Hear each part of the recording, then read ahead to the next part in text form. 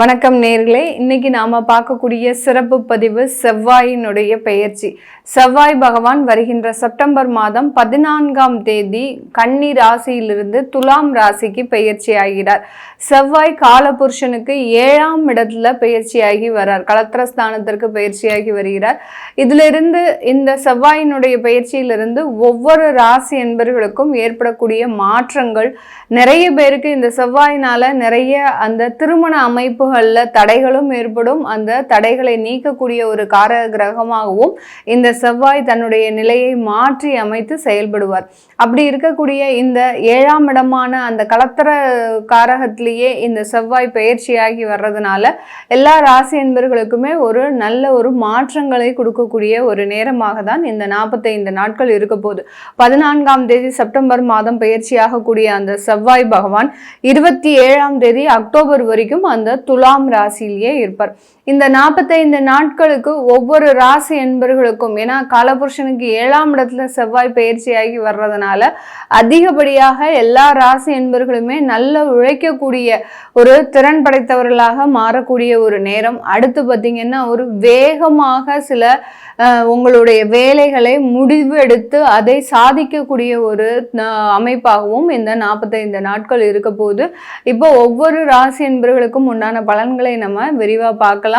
இந்த சேனலை முதன்முறையாக பார்க்குறீங்க அப்படின்னா சப்ஸ்கிரைப் பண்ணிக்கோங்க. பெல் பட்டனில் ஆல் ஆப்ஷன் சூஸ் பண்ணிங்கன்னா உங்களுக்கு இந்த ஜோதிட ரீதியான தகவல்கள், ஒவ்வொரு கிரகங்களின் பயிற்சிகள், ஏன்னா செவ்வாய் பயிற்சி ஆகும்போது உங்களுக்கு என்ன மாதிரியாக இருக்கும், இதில் உங்களுக்கு இடையிலேயே பார்த்தீங்கன்னா மாத பலன்கள் எந்த மாதிரியாக இருக்கும், இப்படி அந்த கிரகங்களினுடைய கோச்சார நகர்வுகளை நம்ம அடிக்கடி ப்ரிடிக்ட் பண்ணி சொல்லும்போது உங்களுடைய லைஃப்பில் என்னென்ன மாற்றங்கள்லாம் வந்துட்டுருக்கு அப்படின்றத நீங்கள் கீழே கமெண்ட் பாக்ஸில் பதிவு பண்ணலாம். உங்களுடைய இந்த சேனலை சப்ஸ்கிரைப் பண்ணிக்கோங்க. மேஷ ராசி அன்பர்கள், காலபுருஷனுக்கு முதல் ராசி இந்த மேஷ ராசி. இந்த ராசிக்கு அதிபதியே செவ்வாய் பகவான் தான். அவருடைய செவ்வாய் பயிற்சி தான் நம்ம இப்போ பார்த்துட்ருக்கோம். இந்த ராசிக்கு அதிபதியாகப்பட்ட அந்த செவ்வாய் 6ஆம் இடத்துல இருந்து 7ஆம் இடமான அந்த களத்திரஸ்தானத்திற்கு பயிற்சி ஆகிறார்.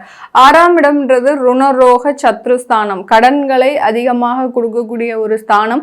அடுத்து எதிரிகளை உருவாக்கக்கூடிய ஒரு ஸ்தானம். அடுத்து நோய்களை உருவாக்கக்கூடிய ஒரு ஸ்தானம் தான் அந்த 6ஆம் இடம்ன்றது. அந்த 6ஆம் இடத்துல சுப கிரகங்கள் இவ்வளவும் இருந்தது அப்படின்னா கண்டிப்பாக அது பல மடங்கு இத்தனை தொந்தரவுகளையும் கொடுக்கக்கூடிய ஒரு அமைப்பாக தான் இருக்கும். இந்த செவ்வாய்ன்றது பாவ கிரகமாக இருக்கிறதுனால இது நாள் வரைக்கும் இந்த மேஷ ராசிக்கு அதிபதியும் அவராக இருந்ததுனால இந்த மேஷ ராசி என்பவர்களுக்கு அதிகப்படியான ஒரு இடமாற்றங்கள் இந்த காலகட்டத்தில் நடந்திருக்கும். கடந்த காலகட்டத்தில் இவர்களுக்கு அதிகப்படியான இடமாற்றங்கள், இந்த வேலை சம்பந்தமாக, வெளிநாடு சம்பந்தமாக இந்த மாதிரியான மாற்று அமைப்புகள் இவர்களுக்கு அதிகப்படியாக இருக்கும். அதே சமயத்தில் தொழில் ரீதியான போட்டிகளை சமாளிக்கக்கூடிய திறன் படைத்தவர்களாக தான் இந்த மேஷ ராசி என்பவர்கள் இருப்பாங்க. மேஷ ராசியில பார்த்தீங்கன்னா செவ்வாய் ஆட்சி பெறுகிறார், அடுத்து சூரியன் உச்சம் பெறுகிறார். இந்த 2 கிரகங்களின் காரகம் இந்த இடத்துல முழுமையா வேலை செய்யும். அதனால இந்த மேஷ ராசி என்பவர்கள் எப்போதுமே பார்த்தீங்கன்னா ரொம்ப துடுதுடுப்பா இருந்துகிட்டே இருப்பாங்க. கொடுக்குற வேலையை ஒரு நிமிஷமா செய்யக்கூடிய ஒரு திறன் படைத்தவர்களாக தான் இருப்பாங்க.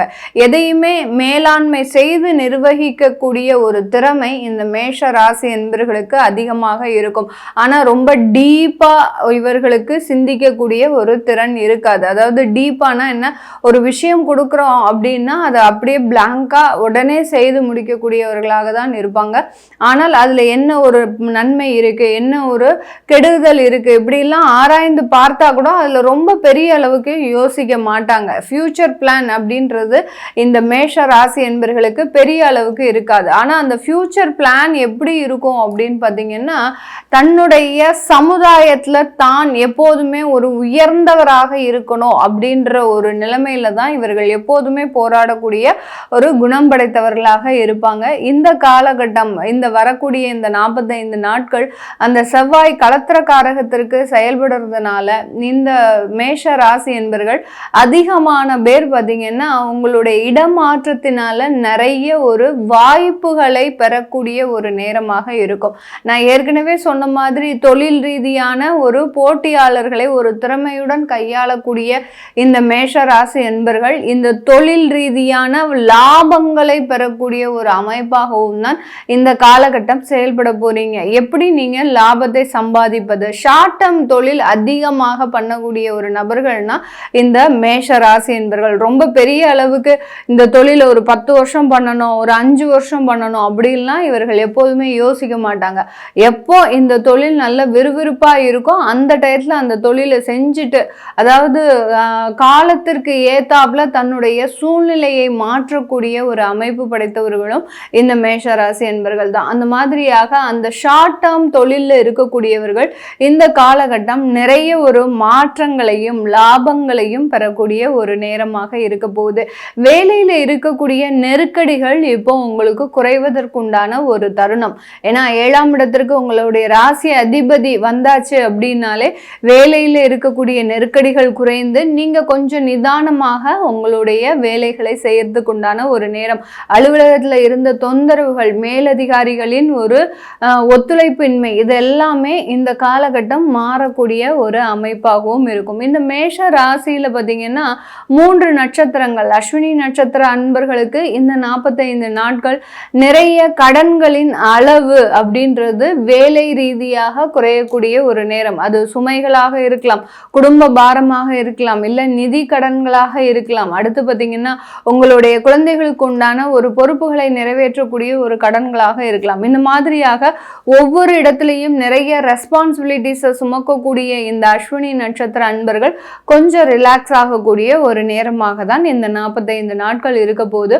பரணி நட்சத்திர அன்பர்கள் இந்த காலகட்டம் உங்களுக்கு உண்டான அந்த குடும்ப அமைப்புகள்ல சில மாற்றங்கள் செய்யக்கூடிய ஒரு நேரம். சொந்தமாக சொத்துக்களை வாங்குறதுக்கு உண்டான ஒரு அமைப்பை நீங்க தேடுறதுக்கு உண்டான ஒரு நேரமாக இருக்கும். ஏன்னா இந்த மேஷ ராசி என்பர்களுக்கு அந்த 4ஆம் இடமான அந்த கடக ராசியில செவ்வாய் நீச்சம் பெறதுனால இவர்கள் எப்போதுமே அந்த சொத்துக்கள் மீது பெரிய அளவுக்கு ஆர்வமாக இருக்க மாட்டாங்க. ஆனா சொத்து சேர்க்கணும், ஏதோ ஒரு டம்மியா நமக்கும் சொத்து இருக்கு அப்படின்ற அமைப்புல தான் இருப்பாங்க. அந்த சொத்துல அனுபவிக்கணும் ஆசை இருக்கு அப்படின்றது அமைப்பே இந்த மேஷ ராசி என்பர்களுக்கு இருக்காது. இந்த மாதிரியாக இருக்கக்கூடிய இந்த பரணி நட்சத்திர அன்பர்களுக்கு இந்த காலகட்டம் அந்த குடும்ப ஒரு உறவுகள்ல நல்ல ஒரு மேன்மை அடையிறதுக்கும் திருமண தடைகள் எல்லாமே விலகிறதுக்கும் உண்டான ஒரு அமைப்பாக தான் இருக்க போகுது. கார்த்திகை நட்சத்திர அன்பர்களுக்கு நீங்க எதிர்பார்த்த வரன்கள் இந்த காலகட்டம் வராது. ஏன்னா 8ஆம் வீட்டு அதிபதியாகப்பட்ட அந்த செவ்வாயும் உங்களுக்கு ராசி அதிபதி, அதனால அவர் 7ஆம் இடத்துல இருக்கிறதுனால இந்த கார்த்திகை நட்சத்திர அன்பர்களுக்கு உங்களுடைய எக்ஸ்பெக்டேஷனை ரொம்ப கம்மி பண்ணிக்கோங்க. வரன் பார்க்கும்போது எனக்கு அப்படி இருக்கணும் இப்படி இருக்கணும் அதெல்லாம் எதிர்பார்க்கறத விட உங்களுக்கு திருமணம் நடக்குதா, திருமண வாழ்க்கை தடையில்லாம இருக்கா, உங்களுடைய திருமண உறவு நல்லபடியாக இன் ஃபியூச்சர்ல இருக்குமா, அதை மாத்திரம் யோசிச்சு நீங்க திருமண தடைகளை நீக்கினாலே இந்த 45 நாட்கள் அந்த திருமண தடைகளை நீக்குவதற்குண்டான ஒரு காலகட்டமாக தான் இந்த மேஷ ராசி என்பர்கள்ல இருக்கக்கூடிய அந்த கார்த்திகை நட்சத்திர அன்பர்களுக்கு இருக்க போகுது. இப்போ நான் மேல சொன்ன சில விஷயங்கள் உங்களுடைய லைஃப்ல நடந்திருக்கு. ஏன்னா நிறைய பேர் மேஷராசி என்பர்கள் நிறைய தொழில்களை செஞ்சுட்டு இருப்பீங்க. நான் சொன்ன மாதிரி ஒவ்வொரு காலத்திற்கும் தகுந்த மாதிரியான தொழிலை செய்வீங்க. அந்த தொழில நிறைய தொழில்களை நீங்க செய்து வந்தா கூட எதுலையுமே உங்களுக்கு திருப்தியின்மைன்றது அதிகமாக இருக்கும். அதனால எந்த தொழில் செஞ்சா உங்களுக்கு நல்லா இருக்கும் அப்படின்னு நீங்க தெரிஞ்சுக்கிறதுக்கு கீழே இருக்கிற நம்பருக்கு வாட்ஸ்அப்ல நீங்க கன்சல்டேஷன் பண்ணிக்கலாம். அதுபோக உங்களுடைய லைஃப்ல திருமண தடைகள் இருக்கு. ஏன்னா இப்போ 7ஆம் இடத்திற்கே அந்த செவ்வாய் பகவான் களத்திரக்காரகனாக வந்திருக்கிறதுனால யார் யாருக்கெல்லாம் செவ்வாய் தோஷம் இருக்கக்கூடிய ஒரு அமைப்பு இருக்கோ அவங்களுக்கு எல்லாருக்குமே இப்போ நிவர்த்தி பெறக்கூடிய அந்த தடைகளை நீக்கக்கூடிய ஒரு அமைப்பாக தான் இந்த செவ்வாயினுடைய பெயர்ச்சி இருக்க போகுது. இந்த மாதிரியான விவரங்களை பற்றி தெரிஞ்சுக்கிறதுக்கு நீங்கள் கீழே இருக்கிற நம்பருக்கு வாட்ஸ்அப்பில் அப்பாயின்மெண்ட் வாங்கிக்கிட்டு என்கிட்ட கன்சல்ட் பண்ணிக்கலாம். உங்களிடமிருந்து விடைபெறுவது உங்கள் ஆஸ்ட்ரோ பூர்ணா. நன்றி, வணக்கம்.